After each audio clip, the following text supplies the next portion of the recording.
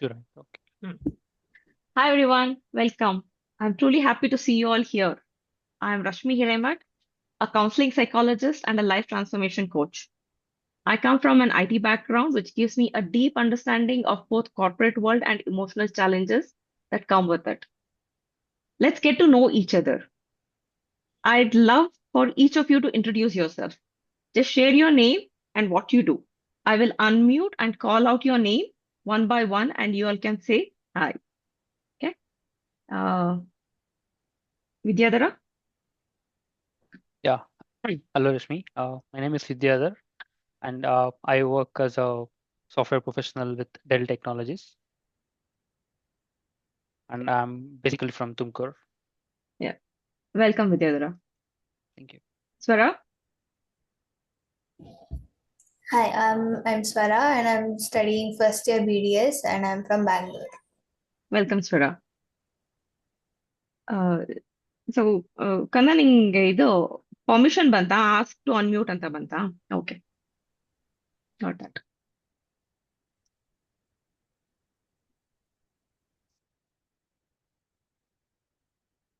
Thank you everyone I'll put everyone on mute now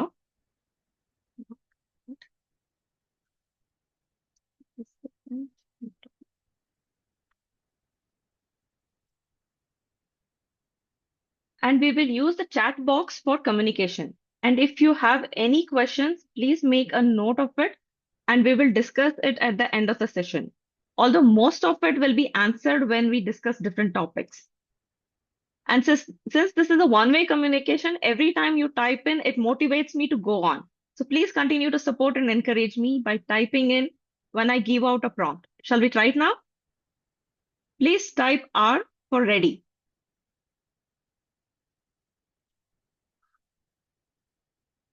That's wonderful. Okay, ಇನ್ನೊಂದು system ಇಟ್ಕೊಂಡ್ರೆ better ಅನ್ಸುತ್ತೆ ಇದು compulsory ಆಗ್ತಾ ಇದೆ. Let's see. I'll keep it for now. Okay. So now take a moment and think of one word that describes how you feel right now.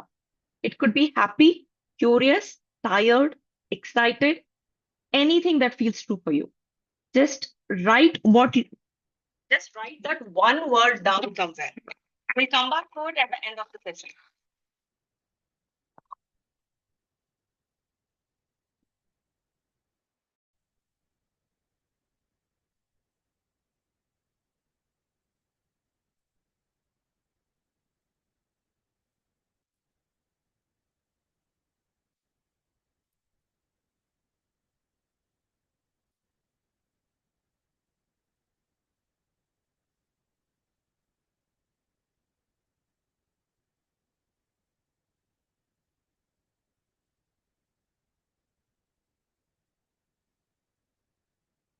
Our mission? Our mission is to awaken people to the power of their inner world and how it shapes their health, choices, relationships, and result, irrespective of the circumstances. We help them break free from overthinking, procrastination, to step out of self doubt and start attracting opportunities with more clarity, confidence, and build thriving relationships, a fulfilling career, vibrant health, and lasting wealth.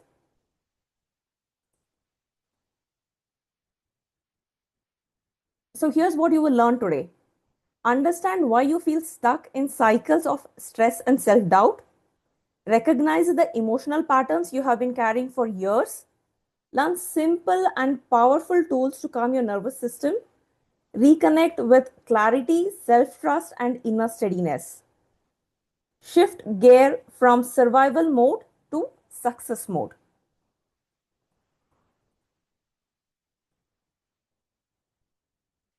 Across India, nearly 1 in 2 women live with chronic stress.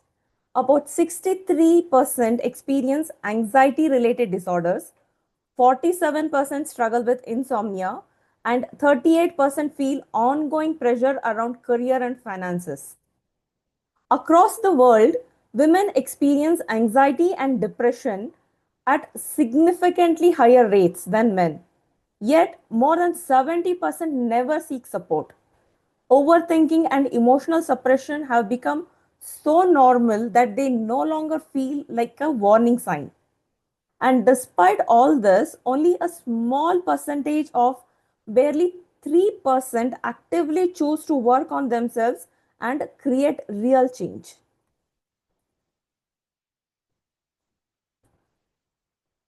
Chronic stress and constant emotional overwhelm slowly drains your nervous system. And when that happens, it doesn't always look dramatic. It can show up as a persistent sadness, losing interest in things you once enjoyed, low energy, feeling hopeless and unmotivated, cynicism, unexplained body pain, constant fatigue, repetitive negative thoughts. And over time, this leads to burnout and ongoing mental challenges, creating a deeper emotional distance from yourself and people around you.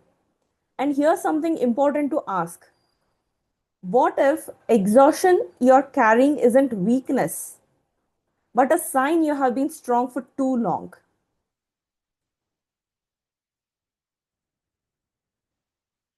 When you get fever, you don't panic. You take medicine and you rest. And if it keeps coming back again and again, you simply go to the doctor. And the doctor will diagnose and treat the infection that is causing this fever. But when it comes to our mind, we do something very different.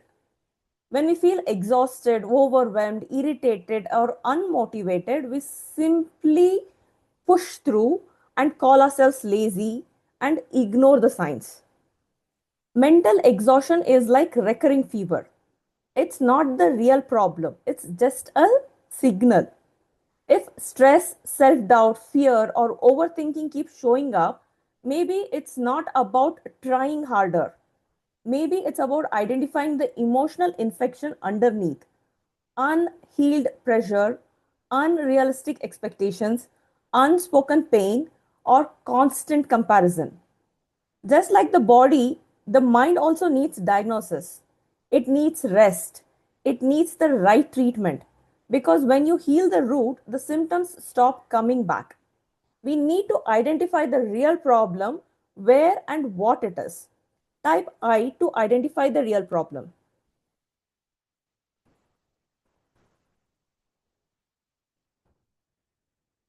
You guys typing?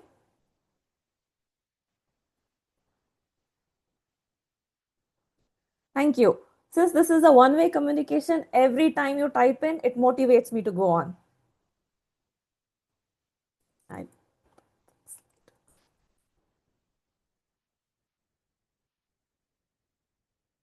Let me tell you a story of a baby who got lost in the forest. The baby was alone, scared, and it started crying. Nearby sheep were grazing, and one mama sheep heard the cry and went in search of the baby. It saw the baby was alone. So it picked it up and took it home. It nursed the baby and took care of it. After a few days, the sheep realized that the baby has grown up and the milk was not enough. It needed to eat solid food. So it took the baby to lush green patch and taught it how to eat the grass. The baby tried and tried but couldn't eat. So the sheep was concerned and took the baby to the school and asked the teachers to teach the baby to eat grass. Many teachers tried and they failed. They called the mama sheep and asked her to take the baby away because it was useless to teach the baby to eat grass. One day, the baby was in the field along with all the other sheep, and a lion came charging in. Everyone ran helter skelter, and the baby was so scared it froze. And then it started shivering. The lion looked at the baby and asked, "Why are you shivering?" The baby said, "I'm scared because you will eat me." The lion picked up the baby and took it to the nearby lake and asked it to look at itself. And the baby was surprised to see that it looked like lion. And then it realized that it was not a sheep. And you, my friends, are all lions who are surrounded by ordinary people who, because taking a step to transform yourself is extraordinary. Type E for extraordinary.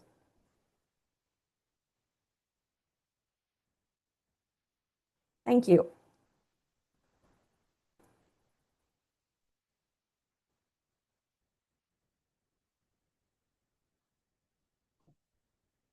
Is your autopilot on struggle or success mode?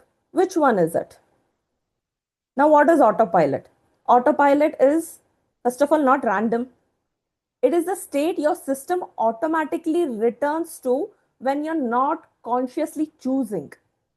And that state is usually either struggle mode or success mode. And often from past experience, which you have really not processed fully, an event, a failure, a humiliation, a rejection, something you couldn't come to terms with at that time, that is what drives it. Your body remembers what your mind try to forget. Every time you recall that memory, consciously or unconsciously, your body releases stress chemicals. Emotions are not just thoughts, they are energy in motion. Your body produces nearly 200 chemicals every single day, which influences how you feel, think, and act. Now imagine a Ferrari which can run at 200 miles per hour, and every day you're filling it with low grade fuel. Now, what will happen? How will it impact its performance?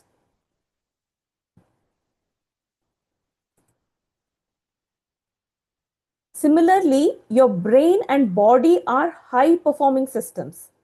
But if stress chemicals are constantly being released, your system gets impacted. And over time, struggle becomes familiar and it becomes your baseline, your default behavior.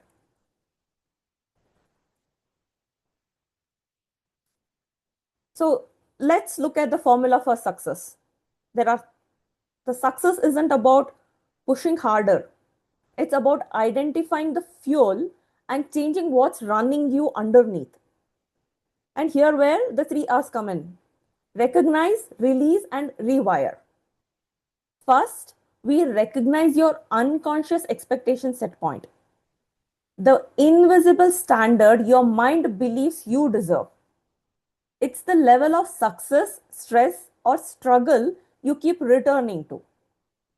Then we release the childhood patterns and old emotional stories that shape the expectation set point. These are the beliefs you formed when you were too young to even question them. Finally, we rewire your reticular activating system, the filter in your brain this is the filter that decides what you notice and what you ignore. So it starts spotting opportunities instead of problems. When you change what's happening internally, your external results begin to shift naturally.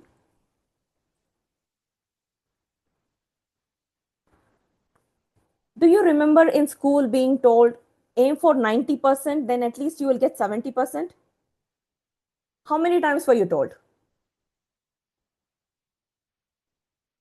At that time, it sounded motivating, but subconsciously, you learn something else. You learn to aim high and prepare to settle for less. Over time, that became your expectation set point. Type ESP for expectation set point.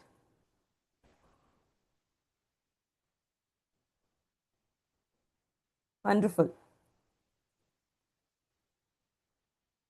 According to the triune brain model, the brain is divided into 3 evolutionary layers: the reptilian brain, the mammalian brain, and the neocortex. Reptilian brain is the survival brain. It is the oldest part of your nervous system, which appeared in early ancestors over 300 million years ago. Its only job is survival. It commands the fight, flight, and or freeze response. It keeps you alert, safe, and most importantly, it keeps you comfortable. Thousands of years ago, when humans lived in the cave, this system was plugged directly to the outside environment. There were real physical threats. A tiger in the bushes meant immediate danger. The survival brain had to stay awake 24/7, scanning, watching, protecting. Back then, the tiger was physical. Today, the tiger is emotional. Today's tigers are social media comparison, boss's tone in the meeting, school fees, expectations from parents, conflict with a spouse or friend, EMI payment, traffic, a message left unseen. Just hearing these, how many of you could actually picture the situation in mind?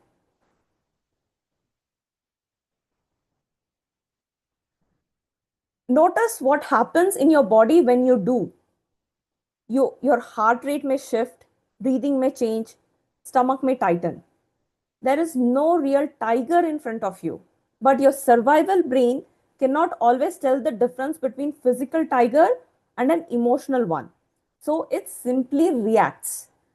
And when it reacts, its only job is to pull you into comfort zone, which is the survival zone. Overthinking becomes a way to prepare. Procrastination becomes a way to avoid danger. Overreacting becomes a way of self soothe. And scrolling over social media becomes an escape. These behaviors aren't random, they are coping mechanisms designed to reduce perceived threat. But here's the cost. If most of your energy is spent fighting emotional tigers, very little is left to build on dreams. For many people, almost 90% of their mental bandwidth is just used in managing triggers, and only a small percentage goes towards creativity, growth, and long term goals. And this isn't happening once in a while, it's happening daily. The survival brain is not an enemy, it kept our ancestors alive. But if you don't consciously regulate it, it'll keep you safe and small. Growth begins when you teach your system that not every trigger is a real tiger. Type G for growth.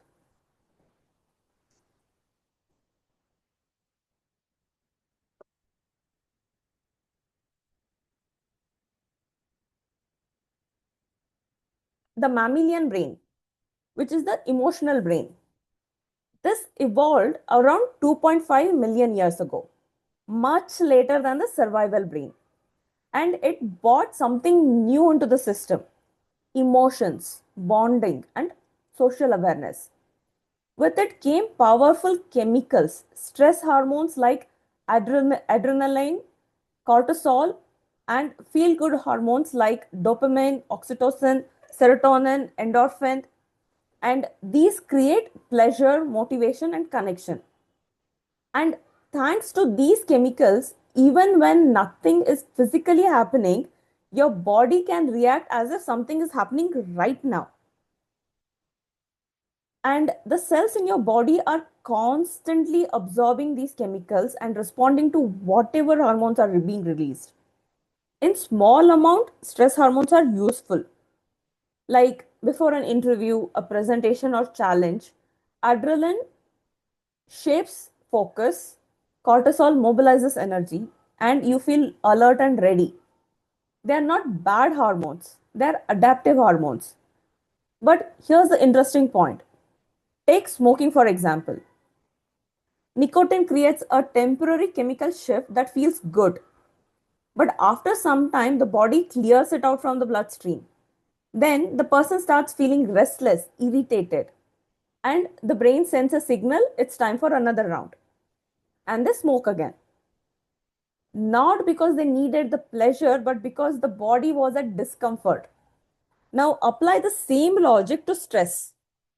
If someone lives in constant stress for years, their body becomes familiar with those hormones. Their nervous system adapts to that chemical state. Calm starts to feel unfamiliar. Stillness feels strange. And peace feels boring. And when the stress hormones drop, they feel restless. And so unconsciously, they seek stimulation by moving from one relationship to another, creating unnecessary problems, seeking constant urgency, overworking, overthinking. Not because they enjoy suffering, but because their body has become chemically attached to these stress hormones. And here's the paradox: when you're in stress mode, you're on autopilot. Survival runs automatically, but success is not a default autopilot. Growth requires conscious energy.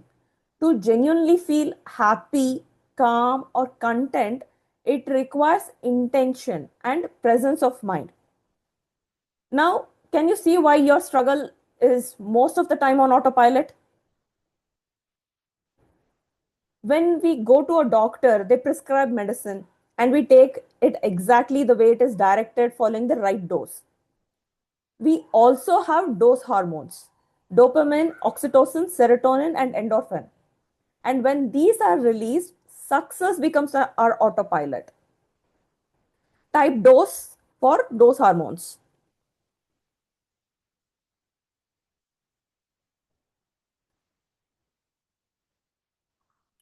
Wonderful.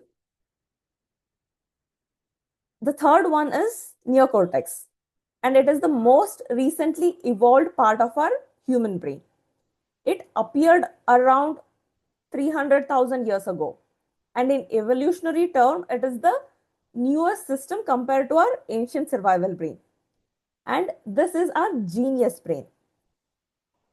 It is responsible for thinking, reasoning, imagining, planning, and consciously choosing. It provides the ability to override impulsive reactions from the lower region of the brain. It allows you to imagine future that doesn't even exist yet, create goals beyond survival, break old patterns, respond instead of react. The challenge is this: most of us were never trained to use this brain intentionally. We were trained to be safe, fit in, avoid mistakes, follow instructions. Very little training has been given on how to think independently, regulate emotions, challenge beliefs, and rewire patterns. You might have heard that it's not good to take shower soon after eating your food. This is because all the blood flows to your stomach to aid the digestion, and suddenly there is a loss of blood in the brain, which reduces the oxygen level. Similarly, in a stressful situation, your body shifts into survival mode. Blood flow moves from the thinking brain, excuse me,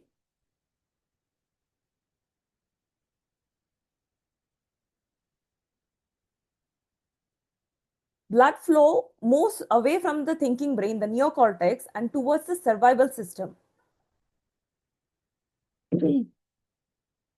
As a result, less oxygen and energy are available for clear thinking. Your creativity drops, perspective narrows, and instead of responding thoughtfully, you simply react. In that moment, you're not creating, you're just surviving. Even though neocortex is the creator of possibilities, it only functions fully when it feels safe. Your life changes are not when the survival brain works harder, but when the thinking brain but when the thinking brain stays online under pressure. Type TBO for thinking brain online.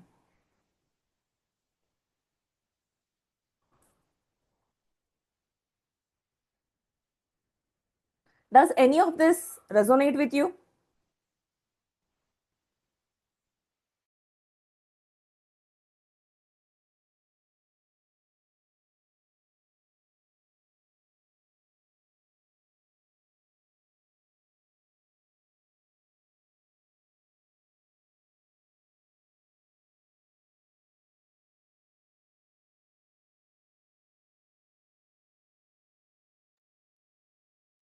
Type RP for recognize the pattern.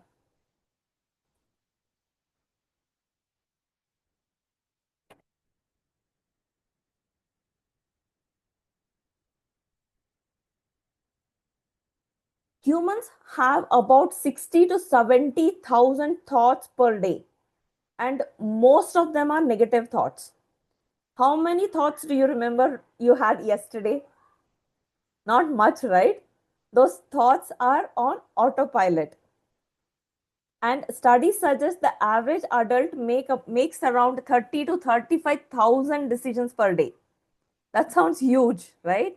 But most of them are tiny automatic decisions like when to wake up, what to wear, what to eat, how to respond to a message, where to look while walking, what tone to use in a conversation. Your brain makes thousands of micro decisions without consciously noticing. Only a small percentage of the decisions are big, conscious, effortful ones. And by the time you face an important choice like career, money, relationship, your mental energy may already be drained. This is decision fatigue.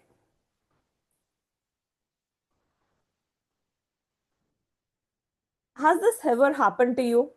You're extremely motivated, you feel clarity, energy, determination, and then after a few days it fades away and old habits return. Why does this happen? Because motivation is conscious, but patterns are unconscious. 65% of our decisions are controlled by our unconscious mind. We are not logical thinkers, we are biological reactors because of all the chemicals in our body. When you think about childhood, what kind of responses come to your mind? Because very often the way you reacted back then is the same way you react today in an important meeting, a conflict, or a heated conversation. Do you either yell back or go silent or say something in the moment and later regret it? That's the trigger, our modern day tigers.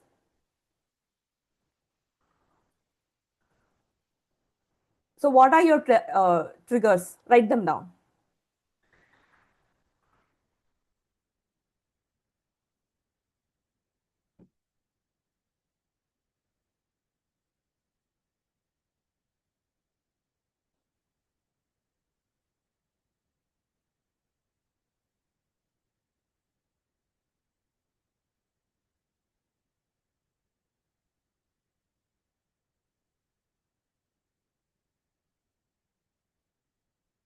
Can you think of an embarrassing event from childhood?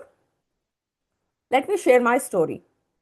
When I was in fourth grade, I changed my school. In my previous school, I was a topper. I felt confident and comfortable. I had lots of friends, and all my teachers adored me. But when I moved to this new school, everything felt different. Suddenly, I felt out of place, and teachers were strict and they didn't know me.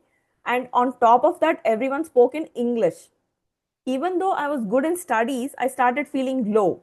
My spoken English wasn't good. I was not fluent, and words didn't come out easily. I became very conscious on how I sounded, and I constantly compared myself with others. And I felt lonely, and there were times I wish I hadn't spoken at all. Slowly, without realizing it, I began to withdraw. I stopped speaking in groups. I spoke only in front of close friends. I avoided raising my hands to answer any questions. Not because I wasn't capable, but because I didn't want to feel that embarrassment again. Somewhere during that time, I told myself I'm not good enough and I don't fit in. It wasn't a loud decision, it was a silent protection. A child trying to avoid emotional pain. That's how patterns begin, which is the neural pathway.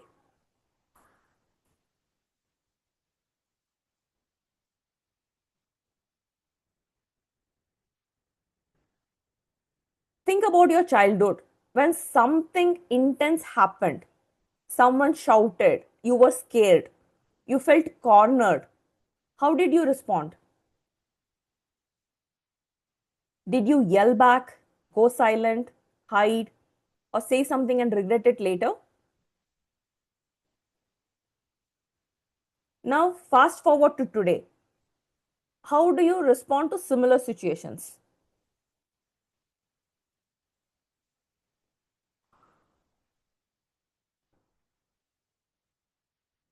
So, why does this happen? Because when you're triggered, your brain doesn't operate from your calm, logical thinking center, the neocortex. It shifts into survival mode, which is the prehistoric brain takes over. Stress signal drains energy away from the thinking brain and sends it to the body to prepare it for fight, flight, or freeze. In that moment, your intelligence isn't gone, your experience isn't gone, your skills aren't gone. They are just temporarily offline. That's brain fog. It's like computer that's unplugged. All the data is still there, but you can't access it. When triggered, your old childhood survival patterns takes over.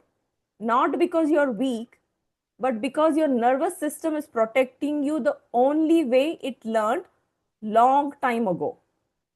The real work isn't to try harder in meetings. It's learning to regulate these triggers so that your thinking brain stays online even under pressure.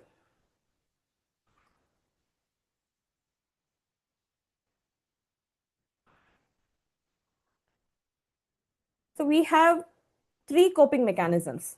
We adapt to three coping mechanisms: rigidity, perfectionist, and a comedian. When you were young, you could cry. If you were hurt, scared, or overwhelmed, you just showed it. But somewhere along the way, you learned that you need to grow up, be strong, face it bravely, not to be sensitive. So you stopped crying and you started coping because you were trying to survive. Rigidity is when I say, I won't take risk. I won't get involved. If I don't try, I can't fail. So you avoid opportunities. You don't raise your hand. You play it safe.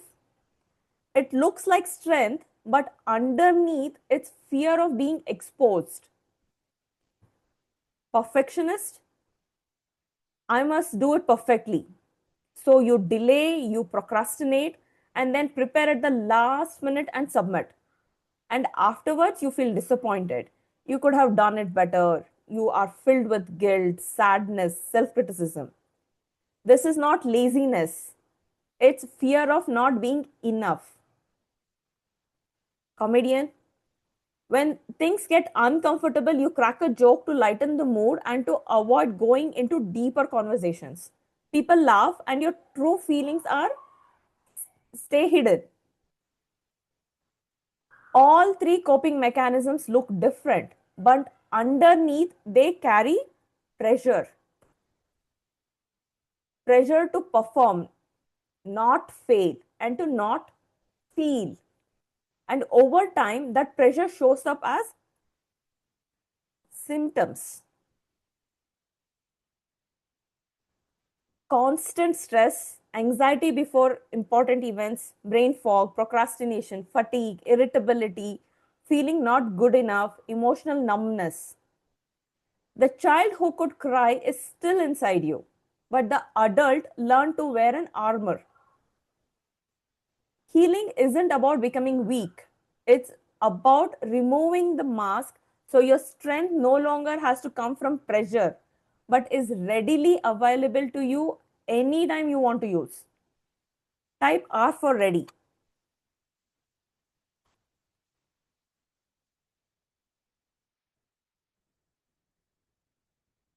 So, the unconscious expectation set point is at the intellect level. You're saying stop being angry, or comedian, you're being a comedian trying to be perfect. At the conscious level, I feel like I'm a fraud trying to be funny. I'm working too hard for what I, and then what do I get in return? I don't need to be perfect. At the unconscious level, I like the approval and positive attention that I get when I'm funny. Deliver at work, do things perfectly. Or it could be I like the safety of power I feel when I get angry at people. If I can hurt or scare them, then they won't criticize me. I fear the criticism and emotions of unworthiness from others. Unconscious memory. Without these compensating behavior, I will feel the painful emotion of shame and unworthiness that I learned to believe about myself from that time in school.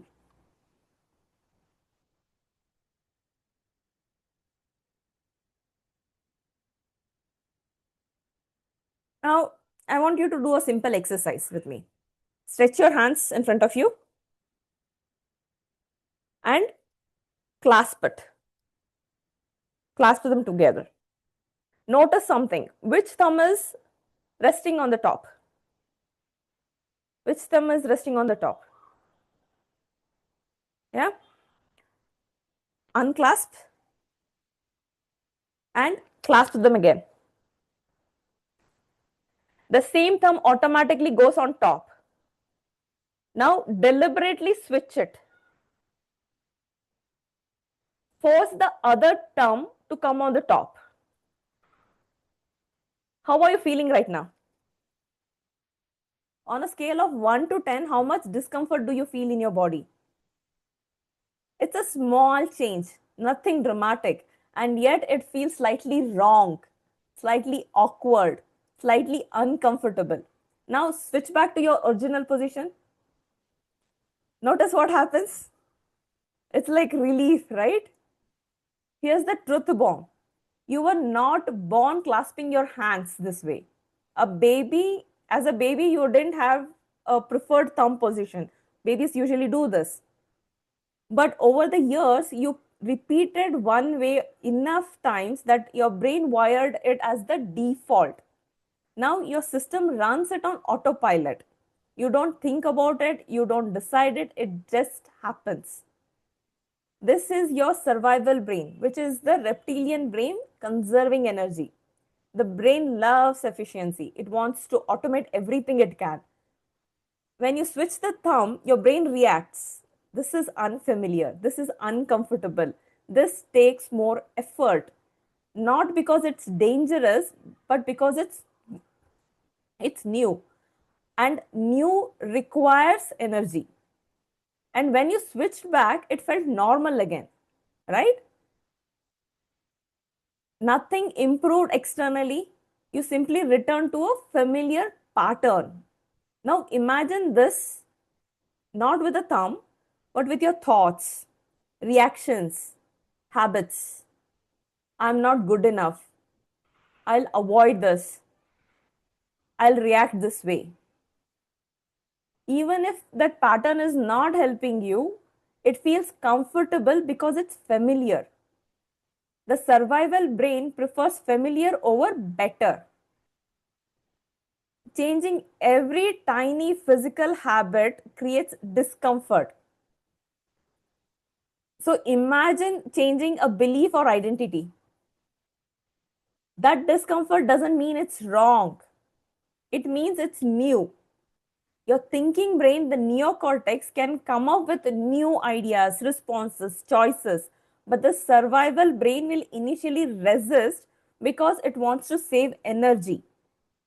Growth always feels awkward because it's natural. You weren't born with most of your habits, you practice them into existence. And with repetition, you can practice something new until that becomes your new default. There are around 33 negative patterns, and they are split into 4 different categories. There are emotional patterns, thought patterns, identity level patterns, and behavioral patterns. Let's look at the 5 most major patterns. In childhood, adults in the family made all the decisions for you, and didn't allow you to make mistakes. To That's to protect you. So as an adult, you're confused. You can't think independently. You overthink and don't take action. You procrastinate. As a child, you went through comparison and you were expected to be perfect. As an adult, You seek validation and approval, seek negative attention by making mistakes or wrong decisions, not intentionally, subconsciously. You feel frustrated, insecure, and have low self image. You are a perfectionist. As a child, even though you were a child, you played referee in the fights and arguments. You were used as a middleman to solve arguments between adults. As an adult, you keep giving more, receive back very little. People take you for granted. You can't say no. You're a people pleaser. As a child, you were used as a punching bag. You were blamed and shamed for everything going wrong. As an adult, you feel constant anxiety, fear of failure, and fear of rejection. You dream big but constantly procrastinate. As a child, your feelings were not important. When you tried expressing, you were asked to keep quiet and move on. As an adult, you can't negotiate. You know you deserve better, but you settle for less. You self sabotage opportunities or you don't take them. As internally, you feel you're not ready. You neglect yourself and your needs.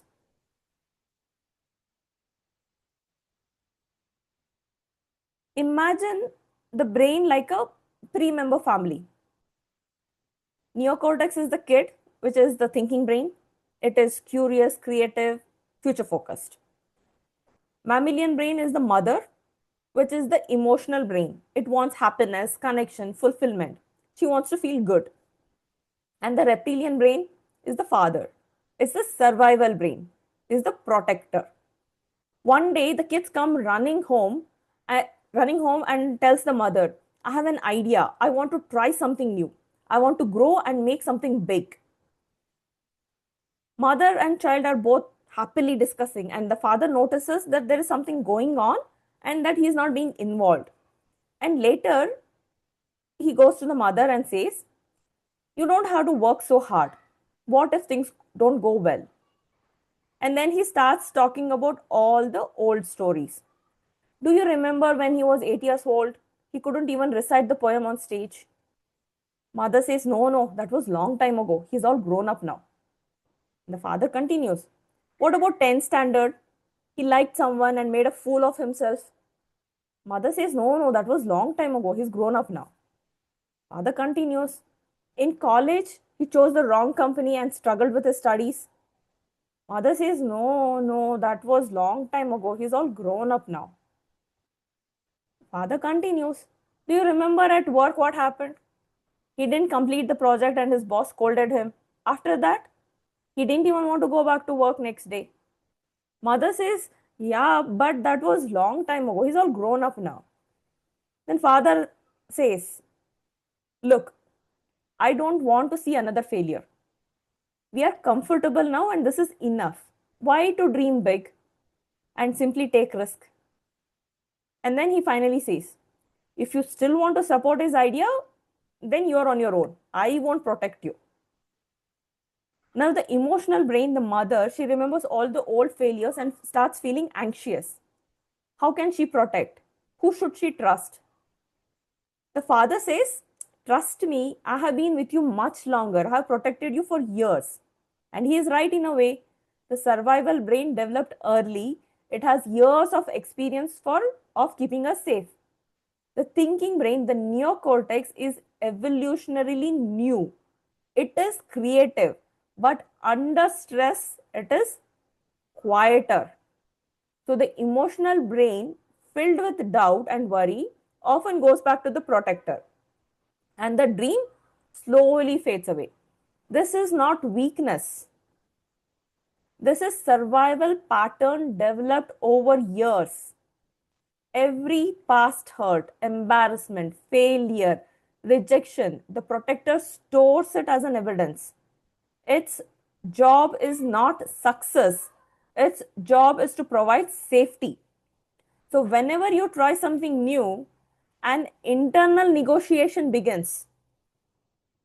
Growth versus safety, future versus past. And most of the time, safety wins.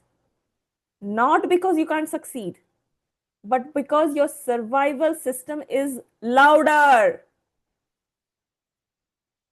Awareness changes everything.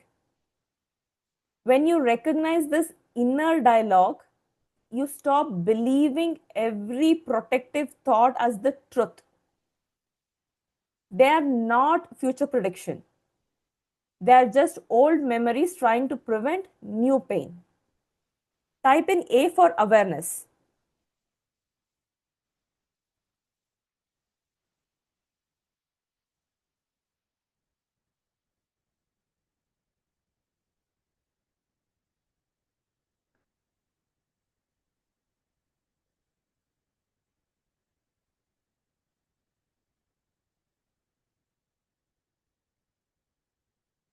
Your brain has something powerful called neuroplasticity. It is the ability to rewire itself. And here's the truth most people miss it is rewiring every single day. Not sometimes, not only when you plan something new, every day. Every thought you repeat, every emotion you rehearse, every reaction you practice strengthens certain neural network. Your brain works on a simple rule. What you repeat, you reinforce. So if you overthink daily, avoid uncomfortable conversations, procrastinate under pressure, react with anger or withdrawal, your brain wires those pathways stronger. Now, here's the important part. If you don't consciously introduce anything new, your brain doesn't stay neutral. It simply continues to rewire in the same old direction. Same thoughts, reactions, patterns keep becoming more stronger each time. It's like walking on the same path in the field. The more you walk, the deeper the trail becomes. Neuroplasticity is not automatically positive. It just follows repetition.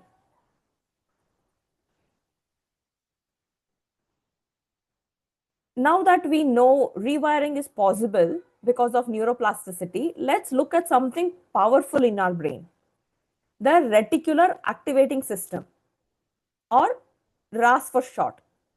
The RAS in your brain filters. Its job is simple. It decides what you notice and what you ignore.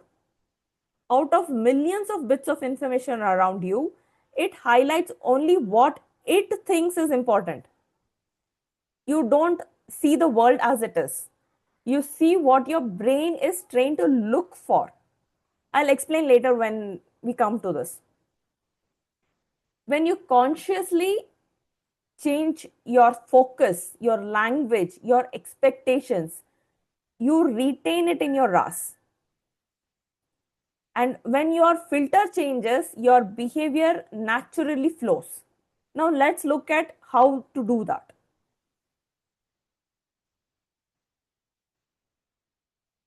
The reticular activating system is a small but powerful network in your brain and acts like a filter.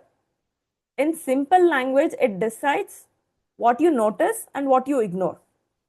Every second, your brain receives millions of pieces of information,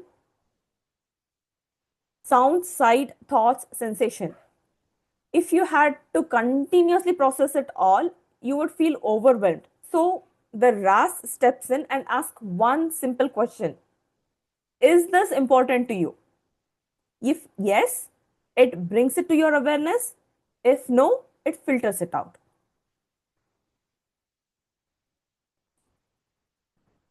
Think of your mind like a apartment complex. And at the entrance, there's a security guard. He doesn't look if the person is a good or bad. He will let them go in as long as they are the resident of the apartment. Similarly, the reticular activating system doesn't see if the thoughts are positive or negative. It simply filters information based on the main rule. One main rule. Is this familiar? Is this consistent with the past experience? If yes, it allows it inside. If no, it blocks it. Your goals and dreams, they are new and they often feel like strangers to the system. If your past experience were filled with criticism, fear, rejection, and being told that you were stubborn, lazy, shy, irresponsible, and you heard them repeatedly as a child, the reticular activating system lets this information to go inside. And then this becomes stored as your identity. Over time, the child internalizes those labels and they stop sounding like someone else's voice and become more like our own. I am not good enough. I'm just like this. I can't change. Now, the RAS uses these beliefs as default settings, and this becomes our self fulfilling prophecy. It navigates life based on the past. So, even when opportunities show up, growth gets knocked out. The security guard says this doesn't match the old file.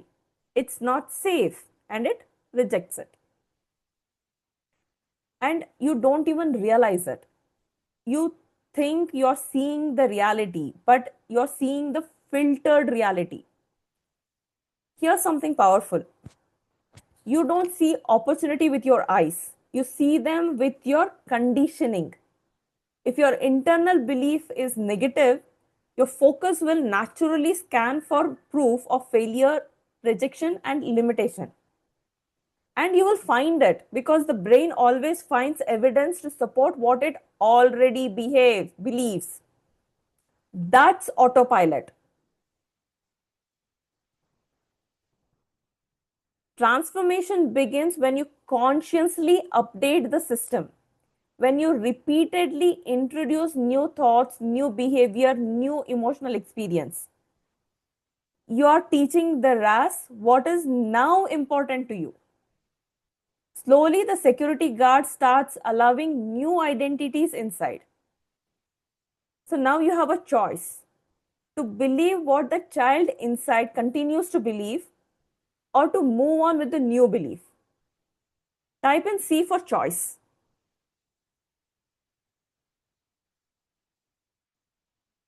Wonderful. Imagine you bought a new car. Suddenly you can start seeing the new car everywhere. Did those cars suddenly appear? No, right? Your RAS started noticing them because now it thinks it's important. So likewise, if you believe I'm confident, then your RAS will highlight every moment you were, when you, if it believes I'm not confident, then it will highlight every moment you hesitated. And if you believe opportunities are everywhere, your RAS will start spotting those opportunities. It doesn't judge. It just simply filters out based on what it repeatedly thinks and believes. So what happens to our biggest goals and dreams? They don't last long. Why? Because to our brain, the security guard, which is the reticular activating system, they are strangers. They don't match your past experience, they don't match your old identities, they don't feel familiar.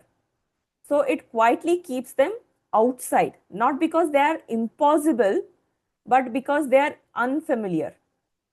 And the moment you repeatedly think, visualize, and act towards them, they stop being strangers. And the security guard will slowly start letting them in.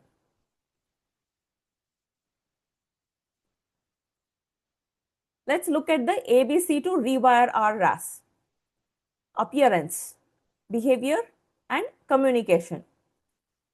Under appearance, you neglect your needs. You compromise on quality of food. You keep your environment unclean. You look in the mirror and see your flaws. You keep giving excuses to exercise. You buy expensive cars and jewelries, but when it comes to investing in yourself, you give excuse. Behavior, you can't ask for help. You say you aren't ready for opportunity. You don't want to meet new people. You're overly critical about yourself. You procrastinate. You're anxious and fearful and lack focus. In communication, you can't trust people easily. When someone gives you compliment, you are in a hurry to return it. You find it difficult to have deep conversations. You attract toxic relationship. You can't negotiate and you can't say no. How does this impact on different areas of your life? Health, eating junk, excuse for not taking care of yourself, procrastination, laziness, money, spending money on wrong things, trying to show off, creating debt, living paycheck to paycheck, making bad money choices, can't ask for advance or raise. In relationship, not able to say no or set boundaries, attracting toxic relationship, feeling taken for granted, giving out more. In career, making bad career decisions, business, if you're running a business, hiring wrong people, not able to ask for advance from customers, job, constantly in fear of someone else taking it over, not taking or asking for opportunities.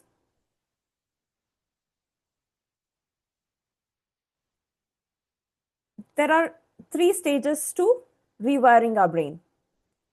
That is our neocortex, which is the information center, the thinking part, thinking brain, right? Mammalian brain is the implementation, which is the doing brain because of all the chemicals it releases. And the reptilian brain, repetition, right? When you're repeating something, that becomes your new way of being. So how does it look like? Information, this is when you learn something new, like you learn to stay calm during conflicts. You learn that staying calm during conflict is powerful. At this stage, you understand it intellectually, but understanding is not change. It's just new information stored in the brain. Implementation, now you try to apply it in real life. Next time when someone raises their voice, you pause, you take a deep breath, you try not to react immediately. It feels uncomfortable, it feels unnatural. We looked at the thumb also, right? Because the old wiring is still strong. Initially, this stage requires effort and awareness. And as you keep practicing again and again, you pause, breathe, and respond. After many repetitions, something shifts. One day someone reacts and you stay calm. You didn't force it. You didn't remind yourself. It became who you are. That's when thinking becomes doing and doing becomes your being. So, what are you going to work on for the next 21 days?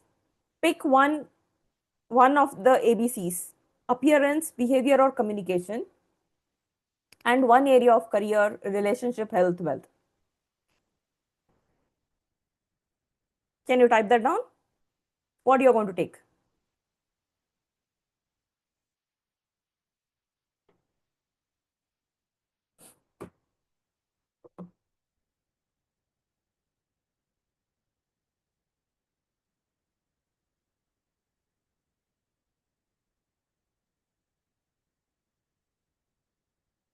Amazing. Now, why do we need this holistic well-being? Why do we need to take care of our body, mind, and soul, right? So, first thing to begin with, digital well-being in the current scenario, right? In the current day situation, what you consume on social media slowly becomes your background music, which drives your thoughts. Have you observed when you are happy, everything looks good?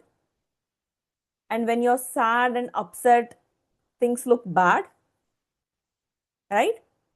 If you surround yourself with positive, uplifting, healthy content, your mood naturally feels lighter and calmer. But if you constantly consume bad news, fear, negativity, comparing yourself with others, you may not react to it consciously, but your body will absorb it. And slowly, without even realizing, that emotional tone becomes your inner atmosphere. And the impact is more stress, emotional fatigue. You can't always explain, self doubt, brain fog. It becomes a vicious loop. Digital well being isn't about extreme detox, it's about conscious choice. Choosing what you will spend your time on and what allows you to shape your mind every single day. For most of the people, taking rest feels guilty because somewhere along the way we have learned our worth comes from being productive. Even when the body stops, the mind keeps working. The impact of that is you don't rest, you don't feel restored. And there are two types of rest: passive rest and active rest. Passive rest is when you sleep or just lying down watching TV. It helps the body to relax. Active rest, simple things like walking slowly, gentle stretching, journaling, creative hobbies, mindful breathing, or spending time in the nature can calm your nervous system. They may look small, but they quietly signal safety to your body and bring your system back to balance. The key is balancing, that is, mixing both passive and active rest in your routine on a daily basis. Because real recovery isn't just stopping, it's creating safety inside you, inside your nervous system. Type CS for creating safety.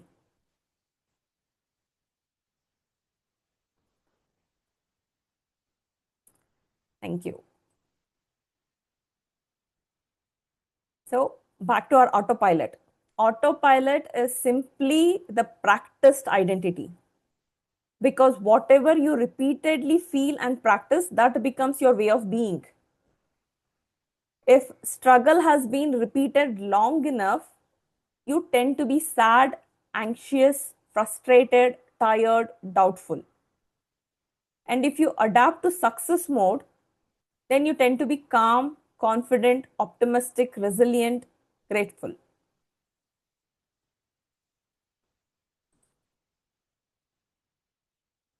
Let me share this simple story. In some places, hunters trap monkey using a coconut. They make a small hole in it. Inside, they place few peanuts. The opening is just big enough for the monkey to slide its hand inside. The monkey reaches in and grabs a fistful of peanuts. But here's the catch: once its hand is closed into the fist, it can't pull it out back. The coconut isn't locked. The monkey isn't tied. It's not physically trapped. It is stuck because it refuses to let go. If it simply opened its hand and dropped the peanuts, it would be free. But the fear of losing what it's holding on to keeps it trapped. Now ask yourself, what peanuts are you holding on to? Is it the need to be right? The need to be perfect? An old identity you don't want to let go? A past hurt? A label someone gave you? The comfort of staying the same? Sometimes the only thing keeping you stuck is what you refuse to release. Freedom is not always about fighting harder. Sometimes it's about loosening your grip. What you are holding on to may be exactly what's holding you back.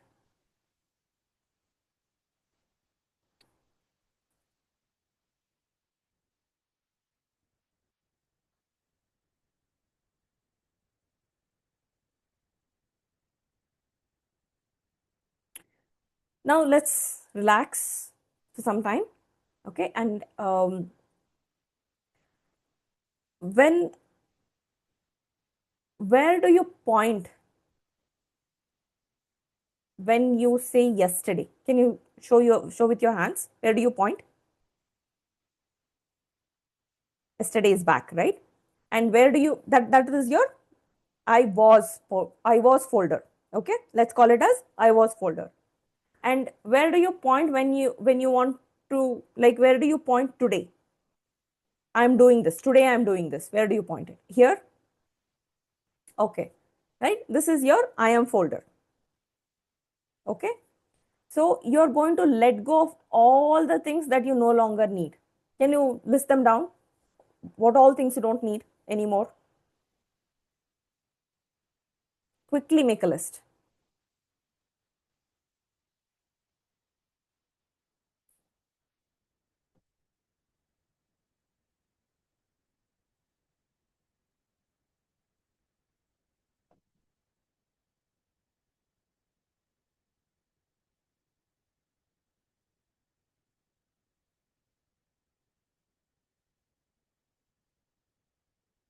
Okay?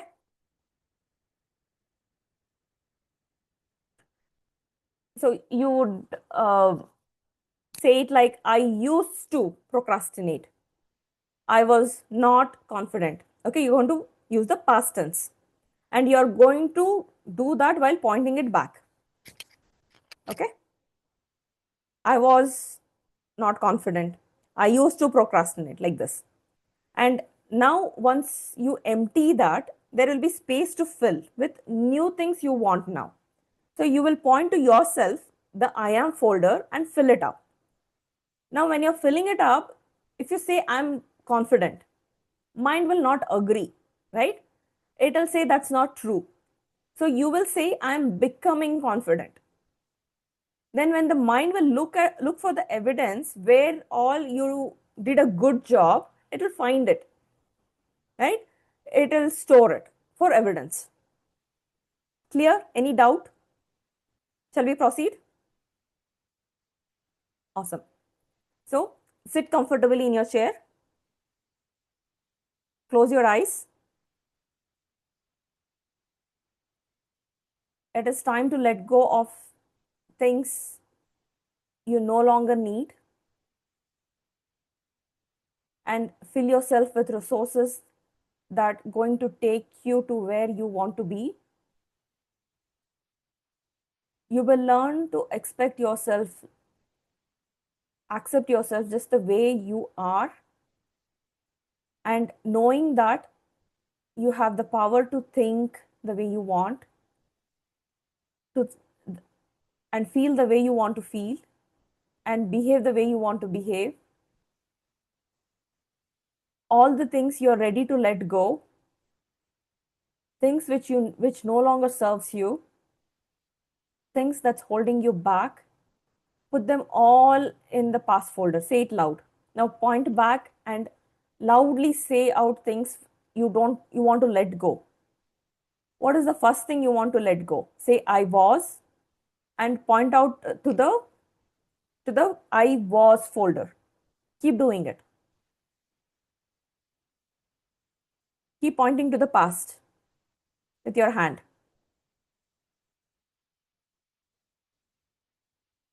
Take everything and put it at the back. Take everything and put it at the back.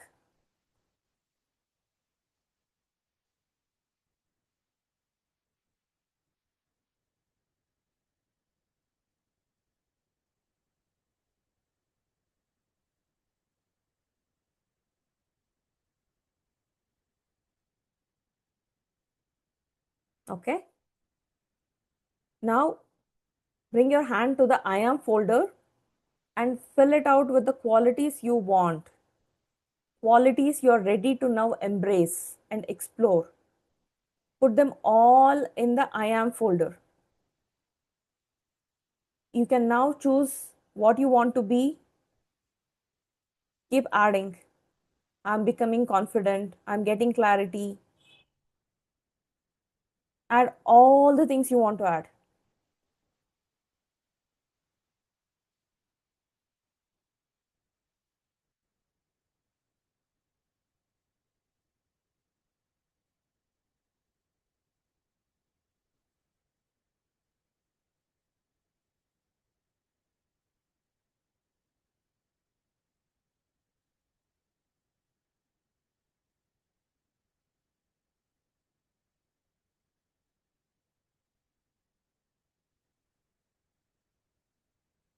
Now, on the count of 5, slowly become aware of your surroundings.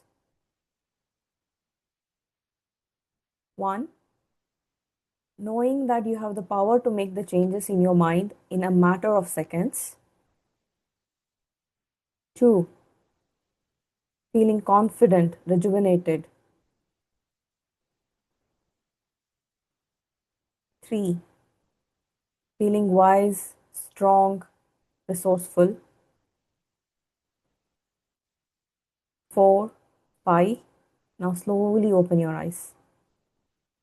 Now slowly open your eyes.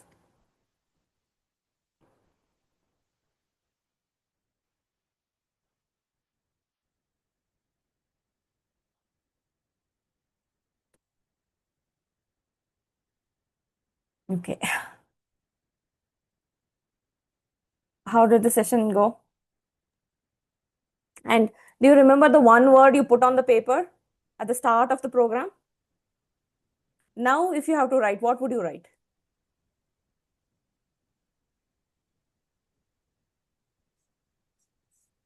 Write it down.